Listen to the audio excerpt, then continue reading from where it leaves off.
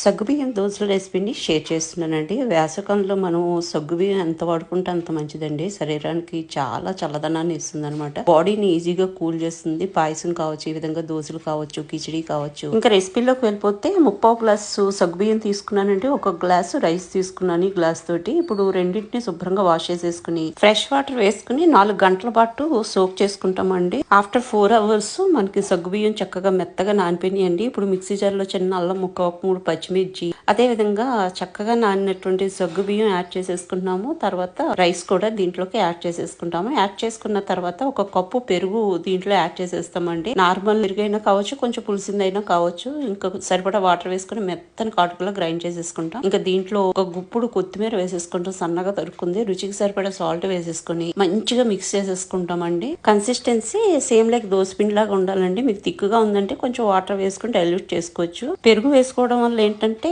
చక్కగా హోల్స్ పడి భలే ఉంటుందండి. ఇంకా చట్నీలు చేసేస్తున్నాను. ఆనియన్ చట్నీ అండ్ పల్లీ చట్నీ అనమాట. ఆనియన్ చట్నీలో 1 ఆనియన్ తీసుకున్నానండి, చిన్న ముక్కలుగా తరుక్కుంది. అదేవిధంగా 1 కప్పు పల్లీలు, 7-8 ఎండుమిర్చి వేసుకున్నాము. 1 టమాటా క్యూబ్స్ లా కట్ చేసుకుని ఫ్రై అయిపోయిన తర్వాత గ్రైండ్ చేసేస్తాం. ఈ విధంగా పల్లీ చట్నీ కూడా గ్రైండ్ చేసి పోపు వేసేసుకున్నానండి. 2 చట్నీలు రెడీ అయిపోయినాయి. మనకి బ్యాటర్ రెడీ అయిపోయింది. ఇంకా చక్కగా దోశలు వేసేసుకోవడం అనమాట. అసలు ఎంత యమ్మీగా ఉంటాయో తెలుసండి. చాలా చాలా బాగుంటాయి. మీకు క్రిస్పీగా కావాలంటే పల్చగా వేసుకోండి. మొత్తం ఆరిన తర్వాతనే రివర్స్ కి ఫ్లిప్ చేస్తాం అనమాట. అలా కాదు మాకు స్పాంజ్ లా కావాలి, లైక్ స్టీమ్ దోశలకు కావాలంటే బ్యాటర్ ని ఎక్కువ స్ప్రెడ్ చేయకుండా కొంచెం తిక్కుగా మందంగా వేసుకోండి. చూసారా ఎంత బాగా హోల్స్ పడ్డాయో. వేడెక్కిన తర్వాత టిష్యూతో గానీ లేదా బ్రష్ తో గానీ మనం ఆయిల్ ని గ్రీజ్ చేసుకుని తవ్వాన్ని 1.5 గరిటె నిండా పిండి తీసుకుని విధంగా వేసేసుకోవడమే. ప్యాన్ మరీ వేడెక్కిపోతే ప్యానానికి అతుక్కుపోయే ప్రమాదం ఉంటుందండి మన దోశ వేసుకునేటప్పుడు. కాబట్టి నీళ్లు స్ప్రింకిల్ చేసుకుని ఆయిల్ తో గ్రీజ్ చేసుకుని దోశలు వేసేసుకోవాలి. అసలు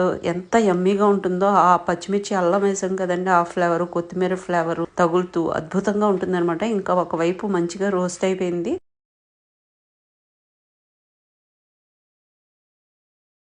ఈ విధంగా మొత్తము పచ్చంతా ఆరిన తర్వాతనే మనం రివర్స్ ఫ్లిప్ చేసుకోవాలండి. అది మాత్రం గుర్తుపెట్టుకోవాలి. ప్లస్ లో టు మీడియం ఫ్లేమ్ లోనే మనం చేసుకోవాలి. హై ఫ్లేమ్ లో పెట్టేస్తే ఏంటంటే కలర్ వచ్చేసింది, పర్ఫెక్ట్ గా వేగదనమాట. ఎప్పట్లానే సెకండ్ సైడ్ కి ఫ్లిప్ చేసేసాము. చూసారా ఎంత బాగా అనిపిస్తుందో చూడటానికి. తింటుంటే కూడా అద్భుతంగా ఉంటుందండి. చాలా చాలా టేస్టీగా ఉంటుంది అనమాట. ఇంకా దీన్ని ప్లేట్ లోకి తీసేసుకుని సెకండ్ ది వేసేసుకుంటామండి. వాటర్ స్ప్రింకిల్ చేసుకుని తర్వాత మనము కింద ఫ్లేమ్ బాగా తగ్గించేసుకుని మనం వేసేసుకుంటాం అనమాట. చూసారా ఎంత బాగా హోల్స్ పడి మంచి కలర్ వస్తూ భలే ఉంటుంది. మీరు రైస్ నానబెట్టేటప్పుడు 1 టీ స్పూన్ మెంతులు కూడా యాడ్ చేసుకోవచ్చండి. కలర్ బాగా వస్తుంది అనమాట. ఇంకా ఇది కూడా మంచిగా వేగిపోయింది. ఇట్లా మనము